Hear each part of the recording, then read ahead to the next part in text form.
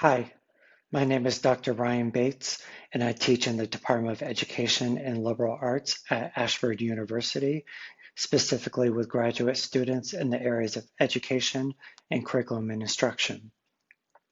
Today, I'll be presenting Being Vulnerable using screencasting video to engage as teacher and learner. This presentation will discuss the impact and use of screencasting video in an asynchronous online classroom, and how it can be a liberating experience for both faculty and students. I will share my experience and initial apprehension about using video in my daily teaching practice from avoidance to full embracement. The presentation will include resources, strategies, and tools on the why, how, and when to use video. Also, quick tips will be shared on how and why students should be using video as well. I have never liked the sound of my voice on audio. It just doesn't sound like me. Add in video, I feel like I'm a deer in headlights. When I began teaching consistently online in 2016, I was not consciously thinking about how my presence transcended from teaching in the classroom to online. I probably assumed it would be there through my text-based engagement, as well as the feedback I would give to my students on their assignments. Eventually, the use of video in online and asynchronous environments became in and being promoted by Ashford. However, I did not like the sound of this trend, mainly because I did not want to hear my voice, but more so, I was worried about the permanence of video. And I would want them, those being the videos, to be perfect before sharing them with the world. Plus, at that point, I was teaching gen ed courses where there was often 30 plus students in each class. And I thought it would take longer to create the video than to write out what I wanted to say, whether that was in discussions or in other opportunities to engage with students.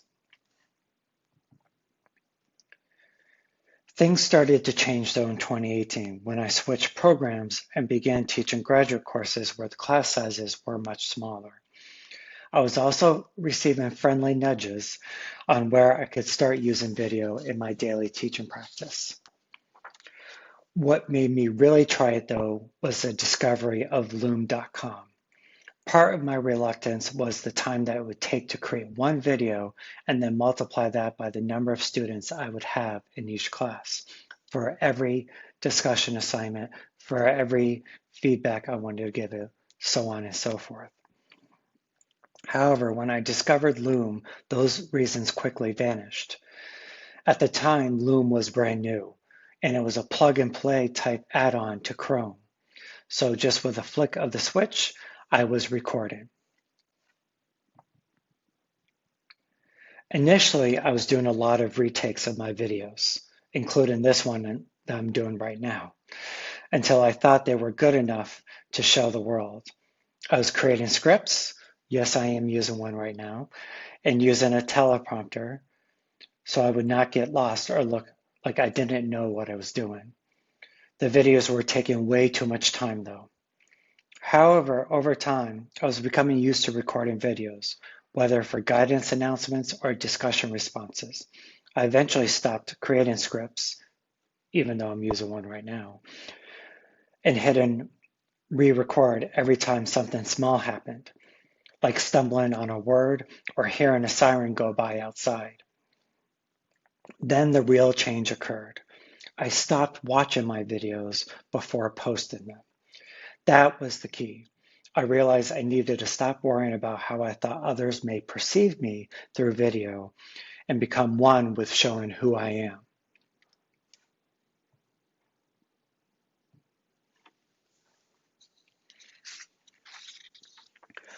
Once I got over those hurdles, that uneasiness, and sometimes just avoidance, I've come to love video.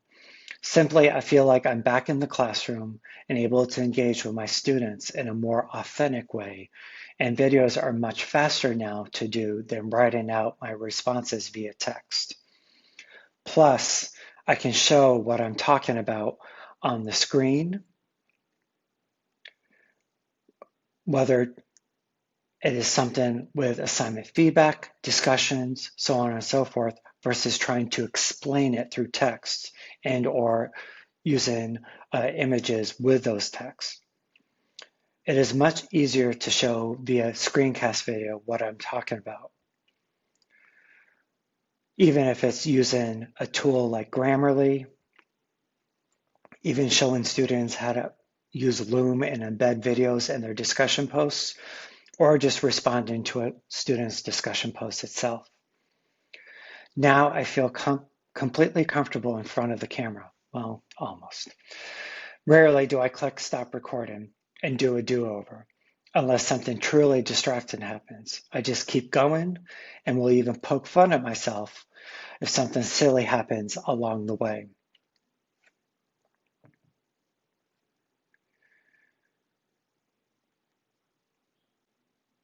Why I love using video and why I recommend students to use video is for several reasons, but they all come around to one central idea, showing that myself, as well as my students, we are all human and we are all individuals and we all have our different characteristics and perspectives. But it also allows us to have human interaction, more authentic engagement. It's more real world applicable, especially now in the world that we are living in with the pandemic. Plus, it provides plenty of practice in front of the camera and hearing oneself. So down the road, when you have to do a more formal presentation, whether it's in person or via Zoom, we can feel a lot more comfortable. Plus, I've realized it's quick and easy when you stop worrying about every little thing. However, there are some caveats. I do not use video for every discussion board or engagement with a student. Sometimes a text-based discussion response is more appropriate based on the type of discussion assignment. Plus, some days you just don't feel like being on camera. For discussion assignments, unless it is part of the directions, it is not required for students either, because I don't want to push them so far out of their comfort zone. However, I do encourage them, especially if they haven't done it very often, just to practice.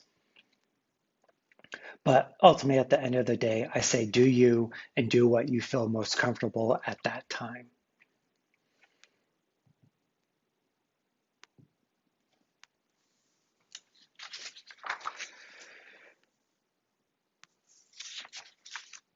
Finally, I wanted to go through some tips and tools on using screencasting video in your professional teaching practice.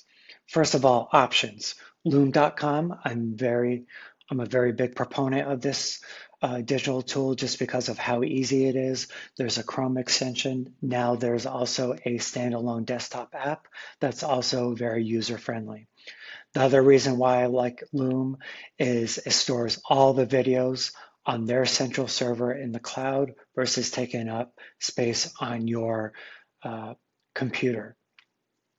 Screencast-O-Matic.com is also another favorite, especially amongst students and faculty at Ashford. It's also very easy to use and easy to pick up on. You can also use Zoom to record videos and screencast videos. And there's also standalone programs like ScreenFlow and Camtasia. For tips, I really suggest to start small, just doing little things here and there via video, like your introduction post for the week 1 discussion, or a welcome announcement when you first introduce yourself in the class to your students. Also, try to keep videos short. If it's going to be a longer video, divide it into smaller chunks, and then you can post those videos in a sequence within a discussion forum or however you're relaying them to your students. Include a bullet point script underneath your video. I do this in my discussion posts just so my students have an idea of what the video is going to be about. Plus, if they ever want to go back and rewatch it, they can remember what's in there and kind of skip to that part that they want to revisit. Be comfortable with the reshooting video as much as you need it to, but over time it will become less and you'll feel a lot more comfortable with doing video and you don't feel like you need to reshoot it as often. Use a pointer, especially if you want to show a lot of stuff on your screen. It will help identify where your cursor is for your students. Include a transcript as well. This can be helpful for students as well as yourself to remember what's in the video. Also try to be very specific in the video with whatever you're going to be talking about. And then also at the end of the day, be vulnerable, be you, and showcase your expertise in who you are with your students. While online education can break down barriers to create spaces for more meaningful and impactful student learning opportunities, instructors and students can be missing the value of that in-person engagement that we can bring academically, professionally, and personally. Video helps us to bridge that gap, even in an asynchronous learning environment.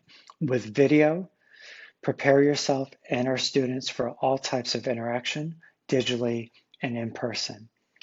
Thank you. If you'd like to discuss anything further or have questions about anything that I presented here today, feel free to respond to me via email, which my email address is down below. Again, thank you, and thank you for watching.